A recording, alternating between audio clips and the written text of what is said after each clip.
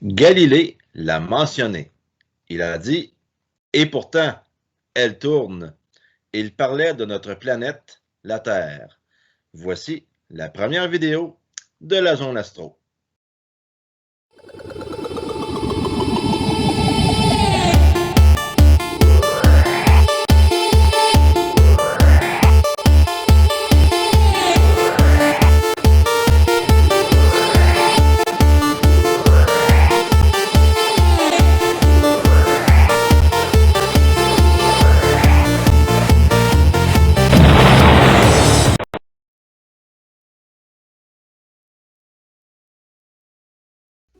Partie 1. La rotation de la Terre.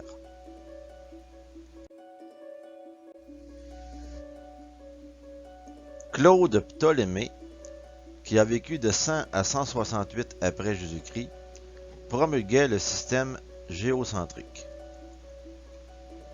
Avec les moyens d'observation de l'époque et les connaissances du moment, tout semblait tourner autour de la Terre. Donc il était normal pour Ptolémée de promulguer ce type de système. Il aura fallu attendre Nicolas Copernic pour contredire cette théorie vers 1513. On y reviendra dans une autre vidéo. L'effet donne un jour et une nuit pendant un cycle de 24 heures.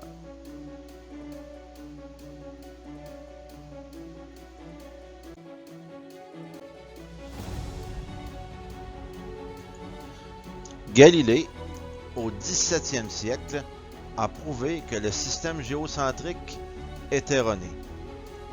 Donc, il n'approuve pas le système de Ptolémée. Il approuve plutôt le système de Nicolas Copernic. C'est le système héliocentrique où les planètes tournent autour du Soleil. Et pour avoir un jour et une nuit, à ce moment-là, la Terre tourne sur elle-même en 24 heures. Galilée est le premier astronome à avoir utilisé un télescope pour observer le ciel. Ses observations plus détaillées lui ont permis d'élaborer ses théories. Par exemple, les satellites tournant autour de Jupiter l'ont beaucoup inspiré. On y reviendra dans une prochaine vidéo.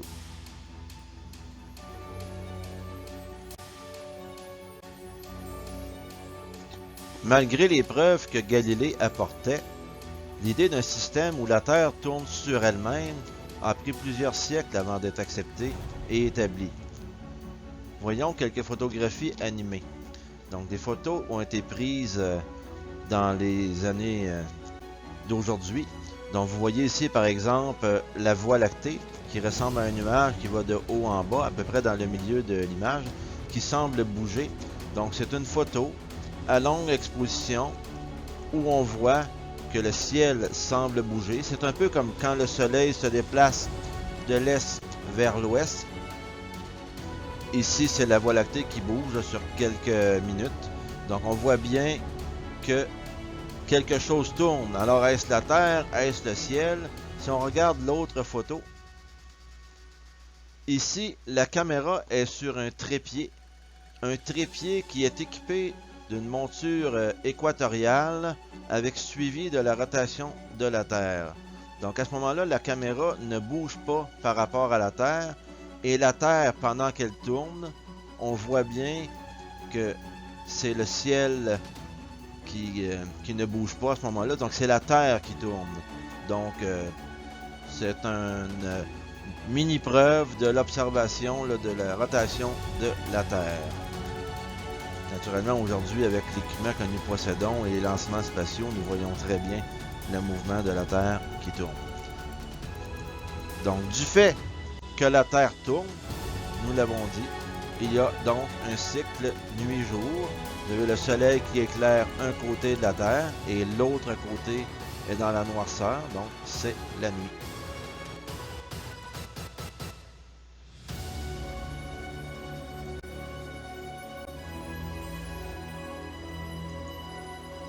Une chose très importante s'est produite due au fait que la Terre tourne, c'est la création de notre horloge biologique, c'est-à-dire que l'humain et les autres êtres vivants aussi, donc nous sommes habitués à ce mouvement de rotation de la Terre. Par exemple, si vous regardez l'image de gauche, vous avez en bas 24, ou si vous voulez 0, donc 24 heures, 0 heure, là, donc le début de la journée ou la fin de la journée. Donc, si on dit que c'est le début de la journée, vous avez donc à ce moment-là le sommeil profond. Normalement, là, après minuit, un petit peu, là, les gens dorment, et puis nous sommes dans le sommeil profond. Donc, le corps s'est habitué à la noirceur, et à ce moment-là, les gens dorment, et la température corporelle devient de plus en plus basse vers 3-4 heures du matin, là. Et ensuite, la sécrétion de cortisol vers 6 heures du matin, qui fait aussi que le corps va commencer donc à vouloir s'éveiller. Donc, les gens se lèvent, la journée commence. Il y a là la croissance la plus rapide de la tension artérielle. Pour ceux qui ont des problèmes de tension, vous le savez. Et puis, la vigilance devient de plus en plus élevée. Donc, la plus élevée là, vers 11 heures de l'avant-midi. Et puis, un peu après-midi, nous tombons dans une période où nous avons la meilleure coordination de nos gestes. Ensuite, le temps de réaction les plus rapides là, autour du début de l'après-midi.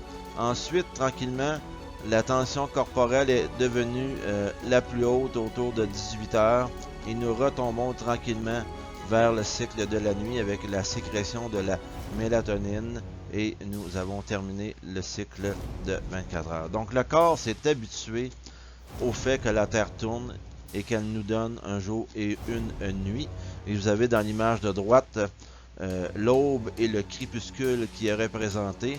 Donc c'est des périodes de transition. Donc quand le soleil se lève et que la luminosité devient de plus en plus brillante, ou le contraire avec le crépuscule et que la nuit se fait de plus en plus présente, eh bien, il y a des changements au niveau du corps, de notre état, qui font que nous voulons nous lever ou que nous voulons aller nous coucher. Donc, tout ça parce que la Terre tourne et qu'elle nous offre un cycle de 24 heures.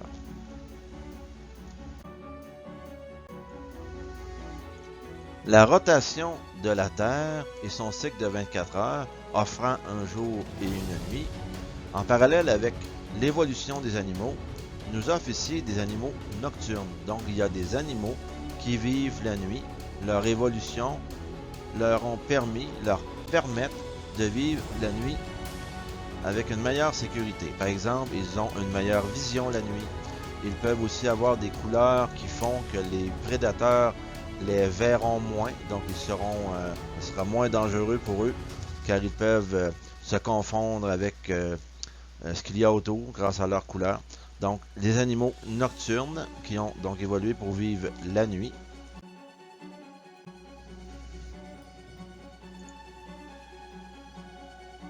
Et il y a les animaux diurnes qui vivent le jour.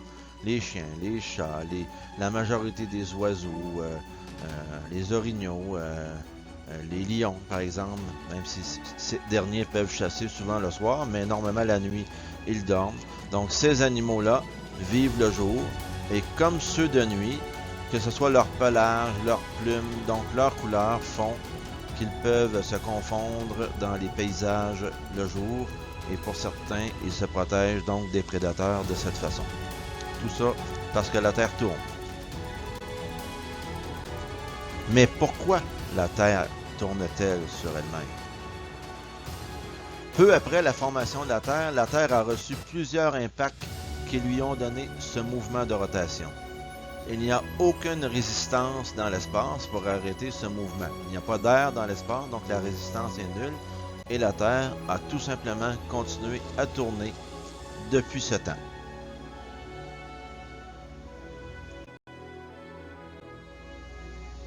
Et oui, la Terre est ronde et elle tourne. Les observations des navigateurs le prouvaient déjà. Il est tout de même normal pour les anciennes civilisations de s'être fiées aux apparences. Les mentalités ont été très longues à changer, par contre, pour accepter le fait que la Terre tourne. Je vous dis merci et à bientôt dans la zone astro. N'hésitez pas à mettre un pouce bleu ou à vous abonner à la chaîne pour ne pas manquer les prochaines vidéos. À la prochaine!